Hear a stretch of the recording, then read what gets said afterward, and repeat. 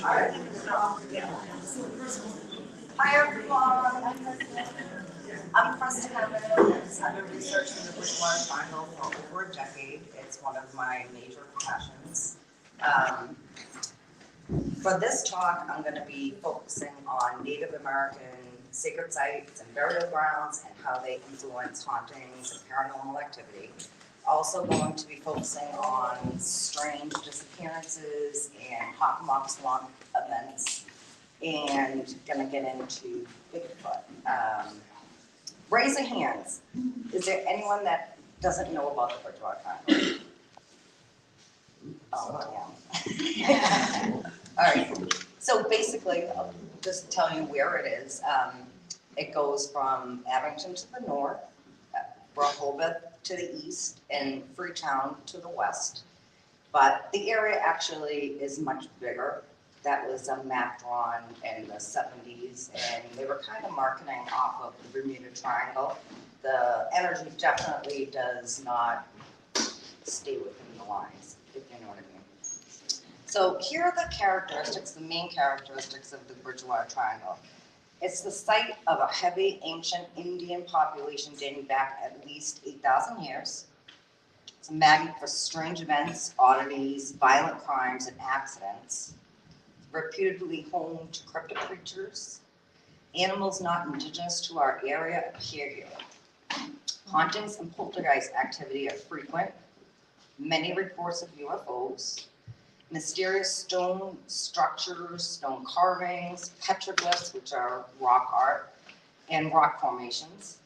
Cult activity, Santeria, voodoo, Satanism, and the dark arts in general, and bizarre local legends and strange and violent histories.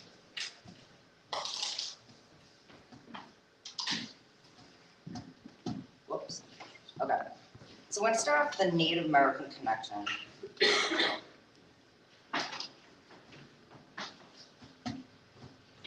Okay. I put this in here because poltergeist pretty much is the gist of the Bridgewater Triangle. The entire Bridgewater Triangle is basically a burial ground, not only because of King Philip's War, but from 1617 to 1620, smallpox was brought here, and most of the tribes were decimated. The Wampanoag tribe survived because they quarantined on the islands, but the Massachusetts tribe almost had a 100% mortality rate. So when the colonists got here, very conveniently, all the villages were all set up and abandoned, and corn was growing, they had fresh water, and anyways, yeah. So that's basically the gist of it. Everything is built on a burial ground in the Bridgewater Triangle.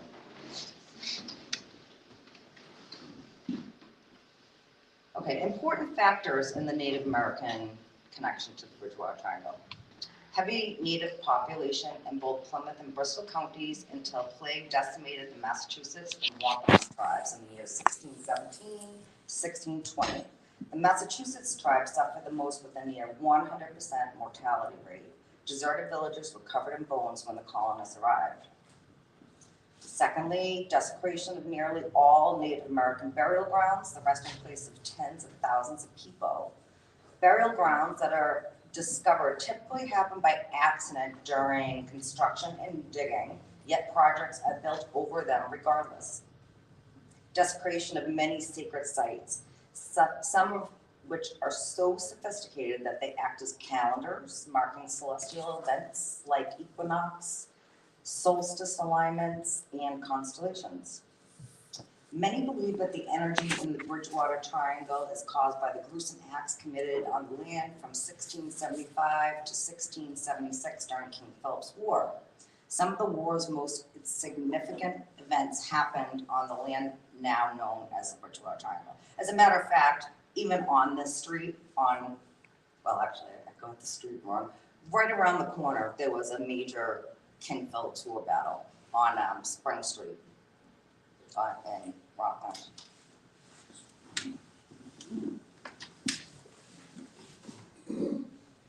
Okay, this is a map of King Philip's War, and as you can see here, this is pretty much the Bridgewater Triangle right here. And that's where most of the significant events of the war happened. The beginning, the end, everything kind of happened here, although it did spread in the later parts, later years, the end of the war, and then there were still battles going on even after it was officially declared over.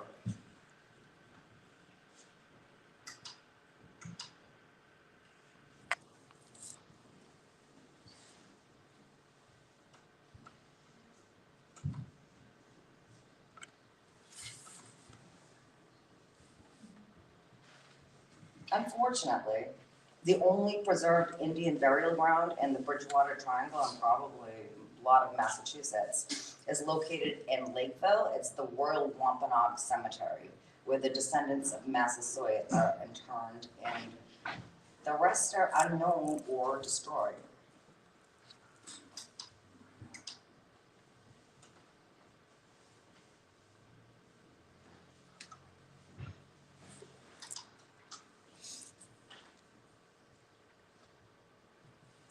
Okay, so this is according to Native tradition. Native American burials are regarded as spiritual and sacred ceremonies where the deceased is prepared for their journey into the next dimension of life. Once the deceased, the grave, and the funerary objects are blessed, consecrated, and dedicated to the care and keeping of the Creator, the burial site is then considered sacred ground. Despite these burial grounds being super sacred, they're destroyed time and time again. Here's an example. This article is from 1976, and when they were building an elementary school in Norton, they discovered a 500-year-old cemetery, but regardless, they built over it.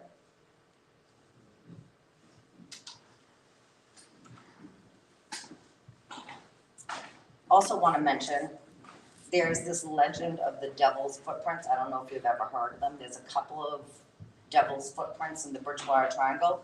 This one's actually right in the elementary school where they built over the burial ground.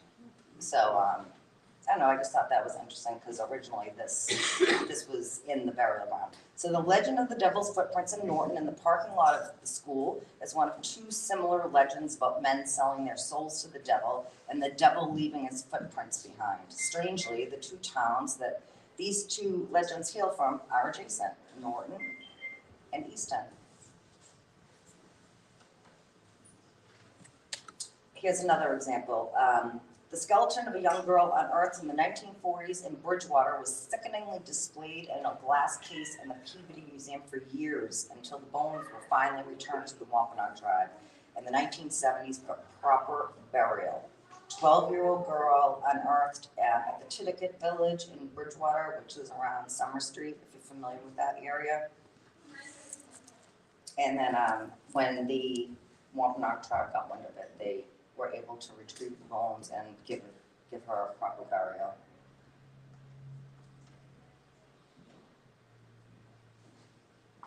Oops, sorry.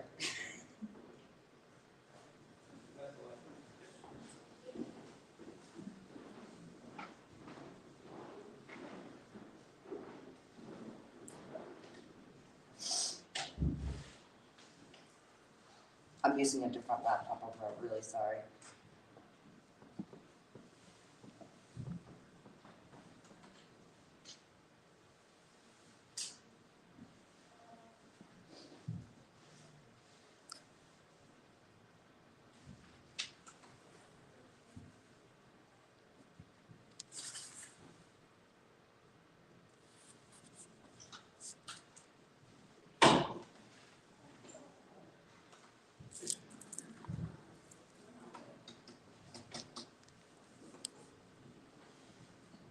Wildfires.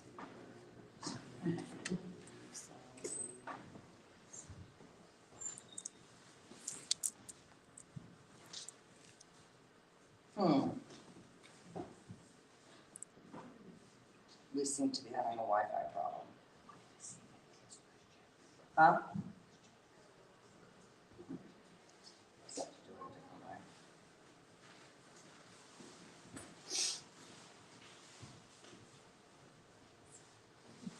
I'm gonna try one more time. If not, I'm just gonna present like this, sorry.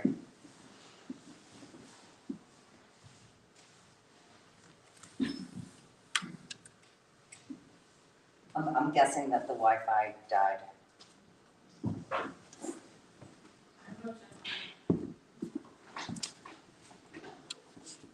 I'm just gonna do it like this for now, where it's not gonna affect the Wi-Fi. Some of my videos might not come out because there's no Wi-Fi, but. So I wanna give 2 examples about how burial grounds and sacred areas affect hauntings and paranormal activity. I chose 2 locations in Middleborough because they're perfect examples, okay? So, if anyone's familiar with the Oliver Mills area near Route 44, that is a super hot spot. Hauntings, puckwudgie sightings, Bigfoot, going back to like the 1800s. Like I found a ton of reports or articles in the Boston Globe about hauntings in Muddock. That was what they called that area back then. Okay.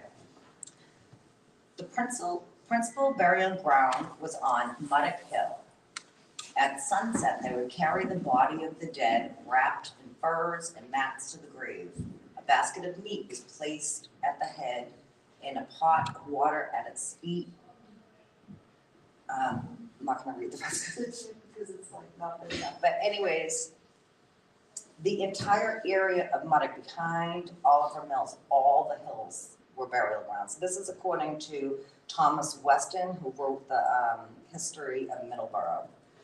Subsequently, there were a lot of hauntings. So this is an article I found from the Boston Globe. It's the ghost of the Muddock Schoolhouse. In January of 1886, Middleborough Schoolhouse temporarily closed its doors due to panic over a ghost. The ghost, believed to be that of a young boy who died from traumatic injuries after a severe flogging, had a reputation for helping children who were in danger of being punished by the teacher, even assisting the children in solving math problems by writing out the arithmetic in phantom writing, mysteriously appearing on the chalkboard. But when Miss Nancy Butler, a young woman who lived a short distance from the school, claimed that the ghost chased her home from work one night, joining her as she passed by the schoolhouse, the children's fear grew into an all-out panic. In the meantime, numberless stories were told of the pranks of the spirit of the boy, said to have died soon after having received a severe flogging at the hands of the pedagogue. It is related that on several occasions, in a single night or after the school had been closed for Saturday holiday and over Sunday, when the schoolrooms opened to the morning and the blackboards were found to be covered with elaborate designs and scrollwork and lettering in a peculiar handwriting, entirely different than anything on those boards at any other time. Sometimes an example of an arithmetic that had puzzled some dull scholar to the verge of desperation would thus be found clearly demonstrated upon the board in the morning and would be recognized by the scholar at once to be intended for his or her benefit and would doubtless prevent some punishment from being inflicted. In this way, the ghost came to be recognized as a friend to the unfortunate but deserving scholar who stood in the wrath of a teacher inclined to be unjust or severe. This is a really creepy one. So this was kind of like right around the corner. And after this whole thing about the Muddock ghosts and people were seeing them all over the area and being chased by them, it just became a big sensation. They were down here all the time doing stories. So this one is the Hammond Haunted House, revival in Middleborough of an old tale, murder and mystery. The accounts of the mysterious movement of the Muddock ghost at Middleborough of late and the frequent burglary scares have occurred in this section have revived the story of the haunted Hammond House near the village and all of its former ghastliness and detail of mystery and horror. The story is told as follows. It was nearly 3 years ago that a party of school children who daily passed the lonely old house first noticed a phenomenon that created such excitement at the time. The story is told as follows. It was nearly 3 years ago that a party of school children who daily passed the old house first noticed the phenomenon. They reported seeing a young and remarkably fine-looking lady dressed entirely in black rush from the old house, closely pursued by a man who held a club. Just as the lady reached the door, she would turn and, facing the man, kneel down and lift her hands as if begging for mercy. The villain would take no notice of her supplication, and standing over her would swing the club about in the air and bring it down with terrific force upon her defenseless head, knocking her senseless to the ground. He would then quickly gather her body up in his arms and hasten with it to the cellar.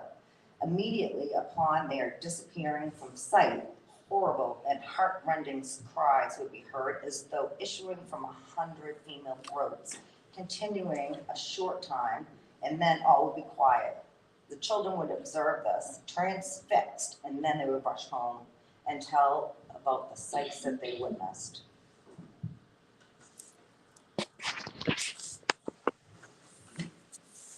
Okay, so this is the other side of Middleborough, Assawamsett Pond. In 1957, an Indian village was unearthed by archaeologists. The dig went on from 1957 to 1959. This article is from 1957, and it says at the time it was determined to be 47,000 years old. But later digs proved that they found evidence of civilizations going back 10,000 years.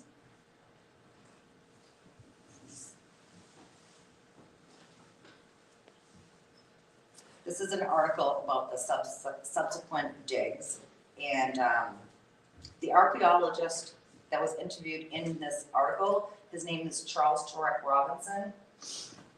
He was an archaeologist, anthropologist, and reluctant paranormal ghost writer. He didn't believe in any of this stuff. But he wrote an article in Yankee magazine about a house in Rehoboth that had poltergeist activity that in the 1960s ghost hunter Hans Holzer had come to investigate. The house still had activity even though it had new owners. And after that, Yankee magazine was just inundated with letters addressed to Charles wanting to tell about their own tales. So after a number of years, he interviewed a bunch of people and he came out with this book. It's fantastic. I highly recommend it. It basically has a lot of the ghost stories that we know as legends in the bridge, like the red-headed hitchhiker, the ghost of Anawan Rock. It all comes from Charles's book. But anyways, he had said about the site that nothing in the entire eastern seaboard could even compare to the site. They found 11 human burials and structures 33 to 66 feet in diameter. Really quite remarkable.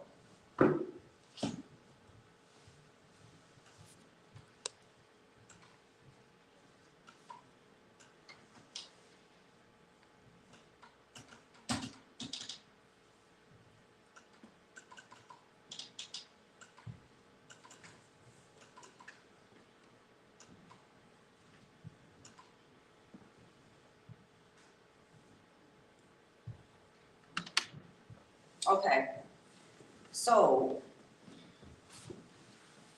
Charles actually has a story about that site in this book. The ghost file is ghost file number 3, The Woods Have Eyes. And it's about, it's too dark, I can't read what I was gonna read out of this, but I'll just give you the gist of it. A couple, it was their favorite spot to walk through Assawamsett Pond, down this trail. It was so peaceful. They had done it for years. During the dig, they started, or the wife started feeling watched and creeped out and just got a really bad feeling. And she said, I don't want to go back there. And the husband thought she was crazy. One day he was like, well, I just want to go there anyway. So it was after the dig had concluded, so this was about a year after the archaeologists had left. Now it's an abandoned archaeological dig site. And he's walking, and all of a sudden, like right on the ground, he sees this perfect polished pendant. And he was like all excited, he found an artifact. So he picks it up, and immediately like feels dread, like I need to put this back. But he also didn't want to give it up. He just felt like it was so special. So his instinct said, put it back, but instead he put it in his pocket, brought it home, showed it to his wife, put it next to his nightstand, and went to sleep. That night, he had a horrible nightmare that this huge Indian was standing over his bed, angry, with a turtle painted on his cheek, just staring at him. He woke up completely horrified from the dream because it felt so real. Looked over, and the pendant was gone. Oh, I thought that was a cool story. And I've been told by a lot of my Native American friends, if you ever find anything, just leave it. You know what I mean? Find it, even like arrowheads and whatever. Just for this caution. Don't do it, you know? I'm tempted sometimes, but no.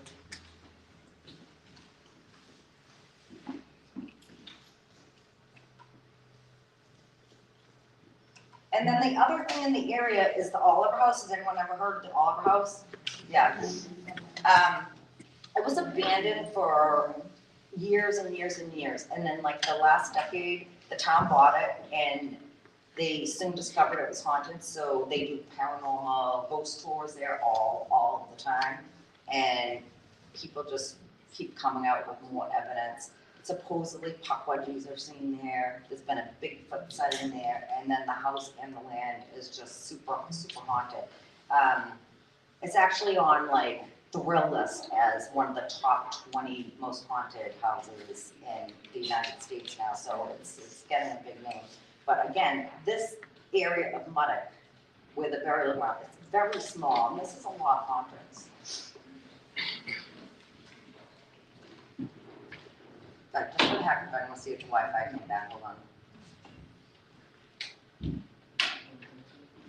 Okay. Yay.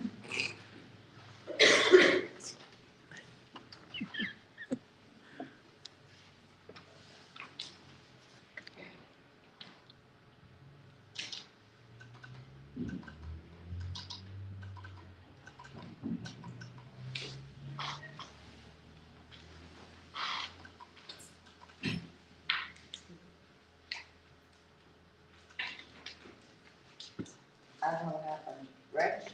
Yeah. Not yet? Didn't know what happened. Oh, here we go. All right. Not yet. There you go, back to yet. Okay, Hockomock Swamp. Colonists feared them, natives depended on them, children were warned never to go in them. They're the swamps of the Bridgewater Triangle. A foreign land to the colonists, they deemed these dark and spooky woods evil. For the natives, these swampy landscapes could be many things. Hunting grounds, refuge from domestic and foreign enemies, and in some places, like certain parts of Hockomock Swamp, a direct line to the underworld, where they could speak to gods and ancestors to help guide them. The most famous of these swamps is undoubtedly the infamous Hockomock Swamp, known as the heart of the Bridgewater Triangle.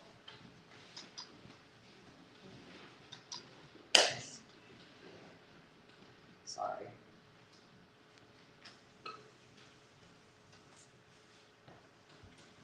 Ice that forms in the winter months in some of the areas of swamp is insulated and shaded from the warming spring sun. Gradually during the summer, it melts and the resulting cooler temperatures offer refuge for subarctic plants and animals not indigenous to this area. Native Americans named the swamp Hockomock hundreds, perhaps thousands of years ago. Hockomock is the Algonquin word for place where spirits dwell. The Indians had tremendous respect and awe for the swamp and regarded it as a magical place. There being no swamps in England, the colonists had a different take on the place. They were terrified by this foreign terrain, and they found it nearly impossible to navigate. The fear that Hockomock Swamp instilled in the colonists in the 1600s inspired the nickname the Devil's Swamp. Six Bridgewater Triangle towns spanning 2 counties, Plymouth and Bristol, get to lay claim to Hockomock Swamp: Easton, Raynham, Taunton, Bridgewater, Norton, and West Bridgewater. Nearly 5,000 of its near 17,000 acres are managed by the Hockomock Swamp Wildlife Management Area. At its heart, the swamp is a dense tangle of briars, trees, quicksand, and mud, a vast no man's land with many parts no doubt having ever been encroached on by human feet. Lake Nipponicket. Okay, so Lake Nipponicket is the swamp. It's located right in the middle of the swamp. If you go to the back of Lake Nip, it's kind of like the easiest way to access like the heart of the swamp. So here's some interesting facts about Lake Nipponicket. It rained frogs in the early 1900s. One of the triangle's best known Bigfoot sightings happened behind the lake in a tributary in 1980. Swimming was banned due to the lake's perils. Spectral fires and Native American ghosts have been seen on its shores. Orange, monkey-like creatures have been seen on one of the Nips Islands by canoers in 1980. Evidence of voodoo has been found on the islands. According to Wampanoag tradition, the islands are very sacred burial grounds of medicine men, also known as shamans. Jellyfish-like ancient creatures started to appear here in 2012. At the turn of the century, the lake had snakes so large they were eating all the trout. There is a high instance of boating accidents and drownings before swimming was banned. And I do want to mention that these drownings really don't make a lot of sense because the depth of Lake Nipponicket, it's a pretty big lake, is 3 feet.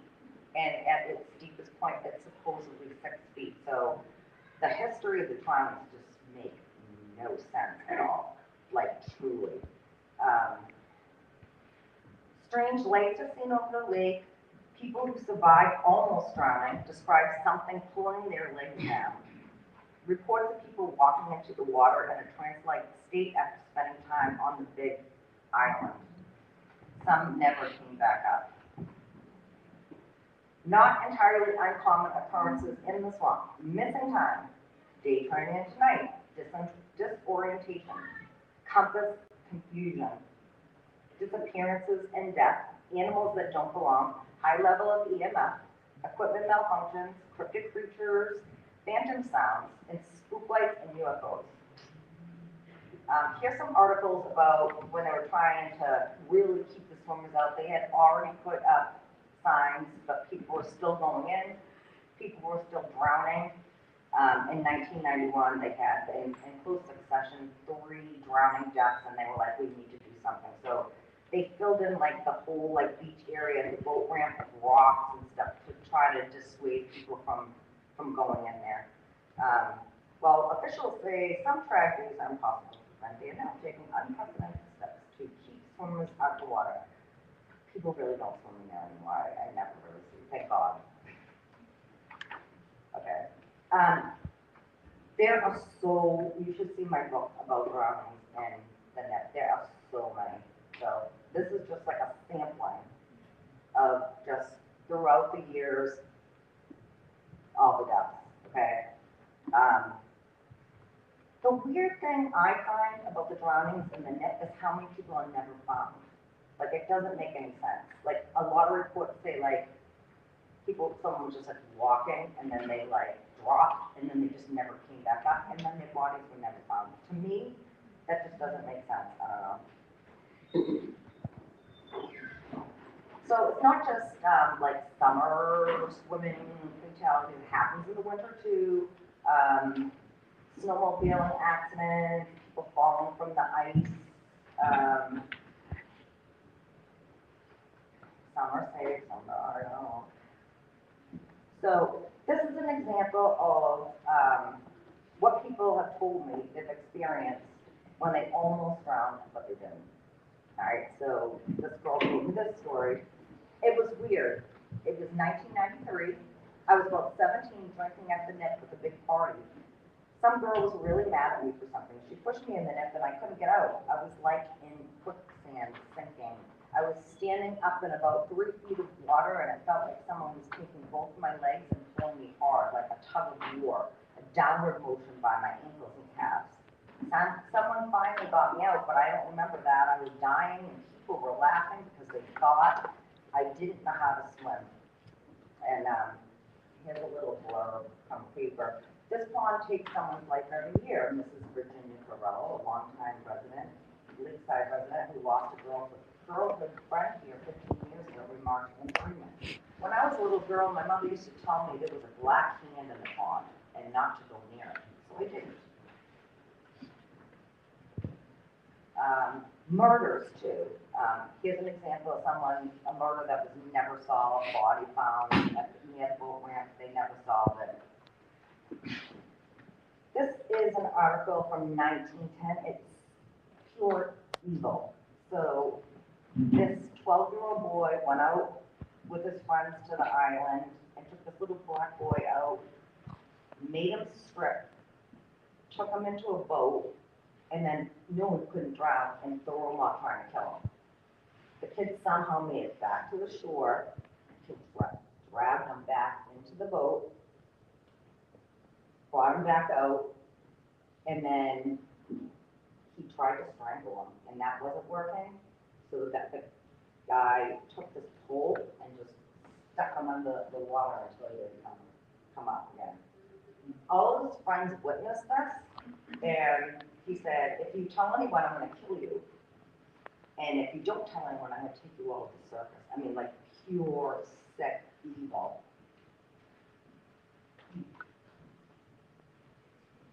This is an example of like the phenomena of people somehow like being on the island and just going into a trance and just walking out. It's very shallow, so you can like wade out, but I guess like it drops off at some point. And this is an example. Carl Amber, 21, shoe worker, was drowned at Lake Nipponicket today when he walked off the shelf near the island in the middle of the lake into deep water. His body was found this evening by Lawrence, blah, blah, blah. Amber had been bathing in the lake with a number of companions when they went to the island. He could not swim. When he walked off the shelf, he disappeared and he didn't rise again, according to companions. He lived on South Street. Here's a modern account of kind of the same thing by a witness. One time, a friend and I camped out on the island on the net. Out of nowhere, my friend started feeling suicidal.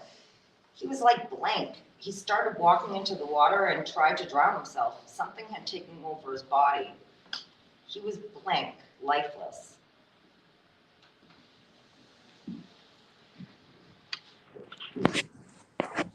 All right, so this is a Wi-Fi issue, I think. All right, so in 2012, these huge blob things started appearing in the net, up to 4 feet wide, and I have no idea what they were. It's the weirdest thing. They look like huge jellyfish, but like inside of them were like rocks and sticks. It took a little while, but I figured out what they were. They're called bryozoans, and they're organisms, creatures that survive from the Arctic age. They really shouldn't be there, but if they were going to be anywhere, they would be at Lake Nett. Oh, yeah. But I just told you about it, so I don't know what's going on. Why it's like delayed.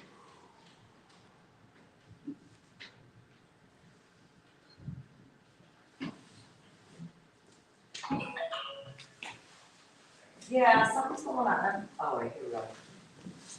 Okay, this is wicked recent. Like this was just like a couple months ago. 2 nights in a row, people saw these crazy lights from behind Lake Nipponicket in the swamp.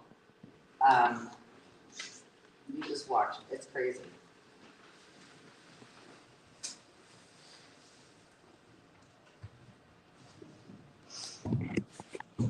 It's a ghost.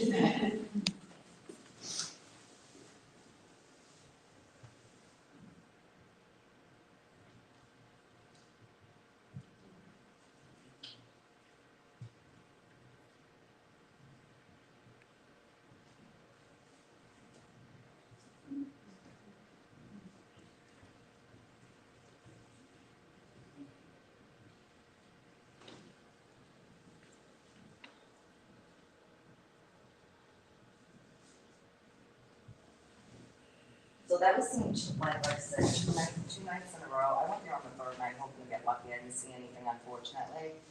I have a friend working on this. He's called virtually everywhere trying to rule out anything human. Patriot Gillette Stadium, whatever it's called now. All the restaurants, anywhere in between, and you can call like the airports, like, and nobody can explain it.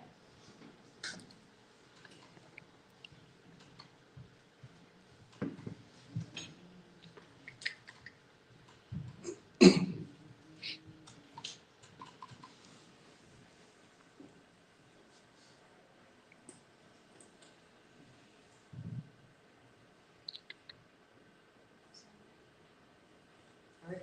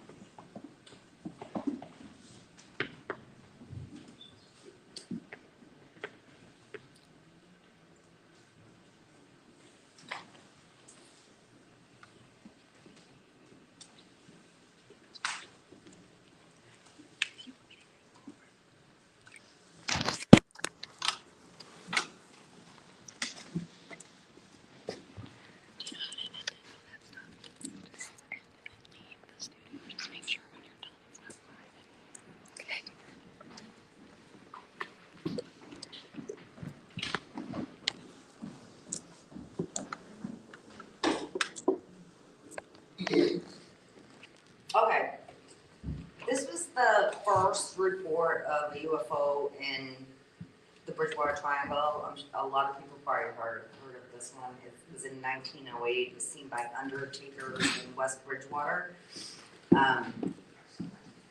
It was described as,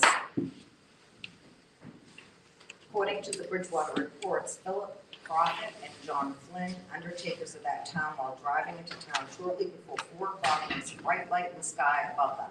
The light was not like that of a lantern, according to their reports, but resembled a searchlight. This light was traveling at a rapid rate when suddenly it was near the earth. The light was then played upon by the earth beneath as though operated by someone who wished to learn where he was. Then the light ascended. Prophet and Flynn said until it reached high elevation, then it disappeared in the direction of. Okay. And again, you probably heard this one too. The reporter story of seeing the UFO off of Route 106 when they were going to the racetrack. I just want to mention that the sightings in 1908 and the sightings of the newscasters were extremely close together on the same street.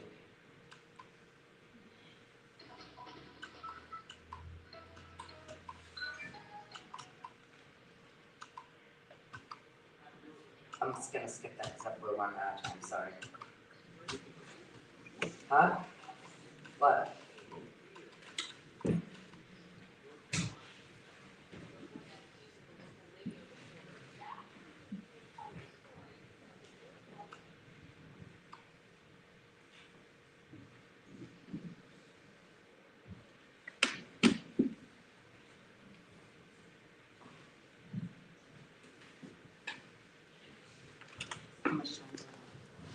Oh, please, okay. I'm just gonna have to skip a whole section.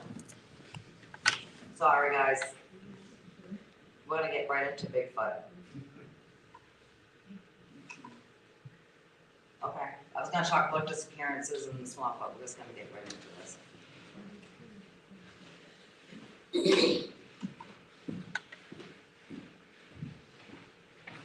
Okay, Bigfoot and the Bridgewater Triangle. So,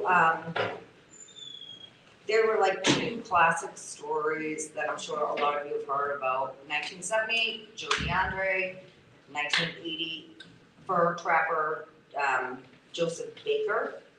And then for 30 years, it was kind of like nothing going on. There were kind of no reports until 2009. Right, so this is Joe DeAndre.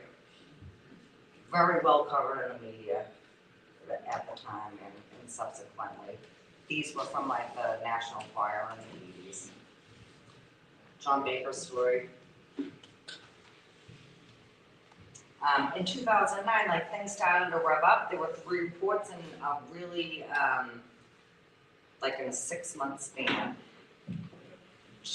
One was a Class A sighting right on the highway where a couple saw Bigfoot on the highway to get the hell out of them. Really, really freaked them out.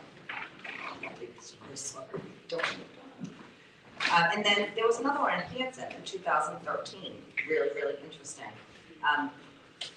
Both of these were investigated by Dave McCullough, who's coming on next, and he's part of our Bigfoot group. Rich, do you want to come up? Sure. This is my friend Rich. We met when he sent me a report that had happened at his house. He was a witness, and then we just started investigating together. So Rich has some really interesting stories. So why don't you tell him your story and how, like, why I came to you? Yeah, Dave's on after us, so we can help him set up a few extra minutes. Yeah, my name's Rich. I have property in the Bridgewater Triangle. I've owned the property since 2002. I was working in the yard one day. Now it abuts 94 acres of conservation, so where it is, it looks like it's almost a neighborhood. But you can go out a mile before you get to the Taunton River. It's all closed off, so you can't, if you live there, you can go out there. You know, basically is how it works, you know. And the 3 acres I was on, I started kind of hearing things, you know. I'd be working in the yard and I'd hear footfall in my woods, like somebody's walking around out there. And then I was like, oh, I wonder where that's out there. And then I'm thinking, if I can hear it, it must be somebody big, right, walking around. So I'd be working in the yard and doing stuff, and I'd hear a tree break or a branch break or scuffling, whatever it was, you know. And I started to really pay attention to it, you know. I'd be in my camper and I'd get things getting kind of pinging off it, you know, getting thrown at it. Eventually, I'd get out and see if there was acorns, but there were no acorns. So I'm going, I didn't understand what was going on, you know. So long story short, things started ramping up. And one day I was working in the yard and I heard this very loud tree break. It wasn't even like a creak. It was this one pole sound. And I, as a human, I know that sound is a big tree. You know, it's not a little tree, it's a big tree. So I kind of go out to the fence area and I hold up my phone and I say, come on, where you at? Because I've heard it before now. I've been dealing with this for a little while at this point. And it had to be no more than 50 yards away from me. I had no visual on it whatsoever. That's what I tell everybody. I'm just a guy. I had no idea that this stuff was going on. It kind of dragged me into it. I'm a 95% believer because he hasn't stood in front of me yet. But I have so much evidence and things to go by that it got me up to that 95%, you know. And at that moment was the first time I ever heard it.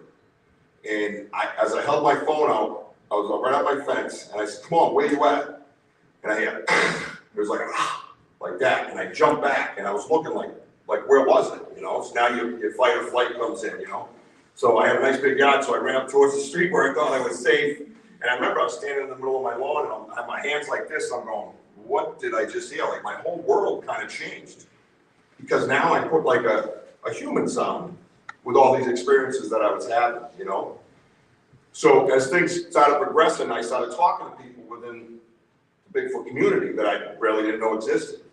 And one of them happened to be a friend of mine that I know from a long time ago who knew Kristen. So I had told him about it, and he had mentioned putting out a gift and stuff, and it sounds like that's what you're dealing with.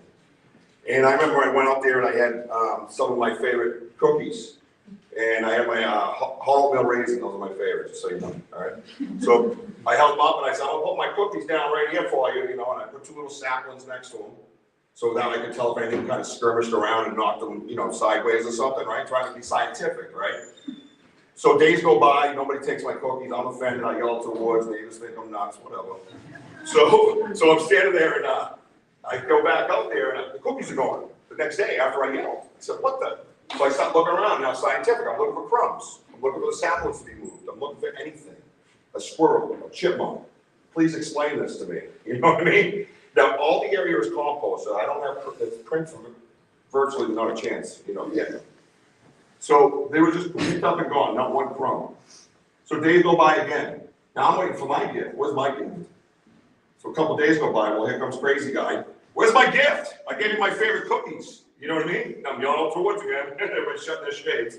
So the next day I go out, I leave, I come back, and I have this little perfect piece of lichen from a tree appears. Actually, the ironic thing is I own a power washing company and I clean it all the time. And it was perfectly ripped and placed between the two saplings. And I stood over this thing like it all started coming together, like, oh my God, you need thumbs for that. You don't need fingers, you need to know how to do that. So that was the first thing that kind of blew my mind. And then Kristen and I started going out into investigating through my friend. And then we started finding the structures. Do you have the pictures of the structures? So I started seeing things that had no reasonable explanation, And this here, right, is where was that from? Okay, this was 2014, and a friend of mine, like her friend's son, was playing in the woods and found this, right? The medical examiner determined it was not human, so they sent it into like a lab to figure out what it was. In the meantime, it became like a sensation. It was on Fox News. Could this be Bigfoot? It came back, the findings, to be the skeletal remains of a brown bear paw, which looks nothing like that, in my opinion. Right, well, it's self-explanatory. I think so. That's nuts though, it's like right here where we live. Yeah, you know that's what they said. A similar case happened in Virginia, and it looked identical to this one. It was found in a landfill, and they came to the same conclusion that it was a bear paw. So, that's my property. This piece here was found on my property by Kristen Evans as we were doing an investigation. She walks over, she looks at this, she says, Rich, you gotta see this. I think you originally called it a dream catcher. Yeah. You said it looked like a dream catcher. Yeah. So we investigated. This stands, what, 20 feet high or more? More. The bend probably higher. And we have a picture of her standing in it to get the idea of it. And if you look at all these different trees going around the bend in it, right? Well, that night she goes home and starts doing her investigative reporter thing that she does. She sends me this picture here and tells me this book was published in 2016. This structure was found on my property in 2021. That this gentleman already had a book out by Christopher Noel, is that how you pronounce it? Yeah. And that's the cover of his book. I don't know, there's quite a similarity there. As far as when I saw it, my mouth dropped. Because I knew that in order to do this again, you have to have these. There's 100% no chance of doing that with anything else but thumbs. It just doesn't happen. These tree structures, no one's really sure what they are, Yeah. but we do know that they are artistic, that something is doing them with symmetry and geometry in mind, like almost like they have an obsession with it. They're perfect. We only have a couple of minutes, but I'm just gonna show you comparisons of like types of structures from this book and what we've found in the area. Like, as you can see, it's. See the X right here with the tree in the middle? X right here, tree in the middle, right? I mean, after a while, you gotta start thinking scientifically even that this is kind of strange, right? This is a little different. This isn't something that just appeared, What's the next one? And what was that take? I'm sorry, was that Hanson? I believe that was your yard. This is Hanson. This is Hanson here. Again, you start seeing these similarities. Now, this is a book that was published already before I even dove into any of this stuff. And these structures, some of them like monumental. Like, Huge. This one's huge. It's huge. And they're like cinched through, tied through, like they're just not falling. You can see here where this one goes over this one, underneath that one. Can you see that? So you sit there. So what we do is, again, we're trying to be scientific. And I have plenty of outdoor friends that go, yeah, wind blows, snow falls, haha. And that's fine, that's great, I respect that. Every field needs a skeptic. Every field needs to keep us honest. It's just the way you're gonna prove anything. But when you see this stuff and you start going through it one log at a time, you eventually come to a point where you need these once again. It's just, there's no way around it. And there's other factors too, like we look for, okay, did a tree just fall from this area? Yeah. There's the stump. If it's something that's brought in from a different place, it's like, okay, how did it get here then? Another example of like an almost identical match, yep. That's Hanson. Yep, those are 2 trees, same thing.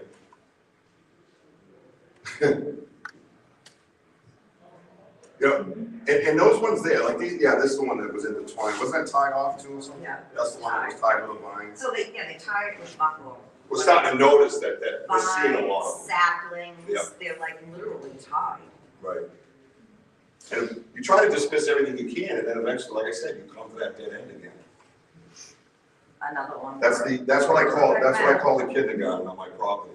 So if you walk outside, you'll see down to the left, there's a little brook. And then that's where we found what we call the kindergarten. Because way out back, there's another area that's there. It looks like there was an explosion of trees that all snapped in all these different directions, but they're medium. They're like a midland size, you know. And I say, that's the high school. It's almost like they're taught this at a very young age. And another theory I have, I always believe that they break them when they're young, so when the tree grows, it grows in the angle that they want it to, because a lot of times I'm starting to find when I come down here, I see like a little knuckle, like a tree sticking out. So it looks like it was broken way down when it was young, but they keep fresh where it keeps growing over generations. It's crazy weird, and I just started noticing, that's one thing I just started noticing in my research. All right, wait. Oh. He's gonna be coming up next. All right, so Yes. we just found this Yes. last week. Yeah, that was on, yes. WBZ, I don't know if any here, Matt Shearer, WBZ travels around and does all kinds of cool stories and stuff. Well, he came out to my property, and before he went there, we wanted to go walk around. We had been out there for a while, and sure enough, Eagle Eye over here finds this X right here, right? And she points up, makes a good point. It's like how perfect the middle is. And it's tied before. Well, that's the thing. It's not just hanging there. Well, It's tied on both before. sides, I have pictures actually. There's 2 smaller trees like this big. On each side, those rest on top of those little skinny trees. So I sat there, like I said to Matt Shearer, the reporter, I said to him, I go, all right, so say the wind blows this way. All right, that happens, right? Wait, the wind blew that way too? Wait. And now they're both on stilts, basically? So, again, I'm trying to be scientific to make it real, you know? But And it's, this is a picture of the entire structure. Yes. So in that last picture, it was just the X, but as you can see, it's just like perfectly. that one you can see the skinny symmetrical. tree over here, where it hits. So like it's an X and then it comes down and try, like they're like artistic. Like if there was an artist doing this, like behind the Mocha Museum, Yeah. like people would be paying money to see, like they're Yeah. beautiful. And real quick, right here, you see this across? That is a freely broken tree about 30 feet long that goes all the way across, it spans all the way across, and it's set on little broken branches behind the X. So this whole structure, first of all, you can say, oh, a human did that. Well, he's a real strong dude, or she, whatever you want to look at it like, right? It's impossible. It's just, to me, it's impossible. I stand there in awe. Oh yeah, there I am. All right, so we're gonna wrap it up with this. Dave McCullough is coming on next from Squatchachusetts. Dave's really good. Dave's part of our group. Rick He's smart. and Dave Yep. were on the news and they came out, they did this cute little segment and they interviewed Dave for the radio and this was on the news, what, last week? Well, yeah, maybe 10, 14 days ago, so something like that, yeah. And I really hope that you enjoy Dave's talk next. Talking about Bigfoot, lots of Bigfoot All stuff. Bigfoot, all Bigfoot. And a All big right, hand for thank Chris you. Evans.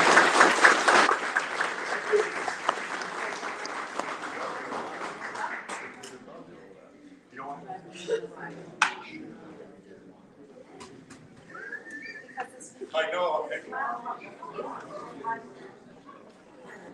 Is he up like right now or?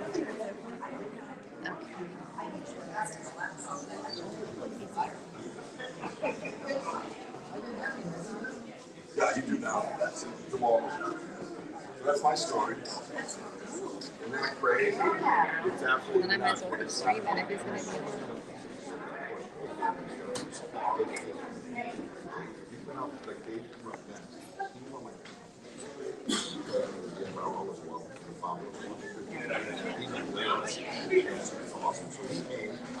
He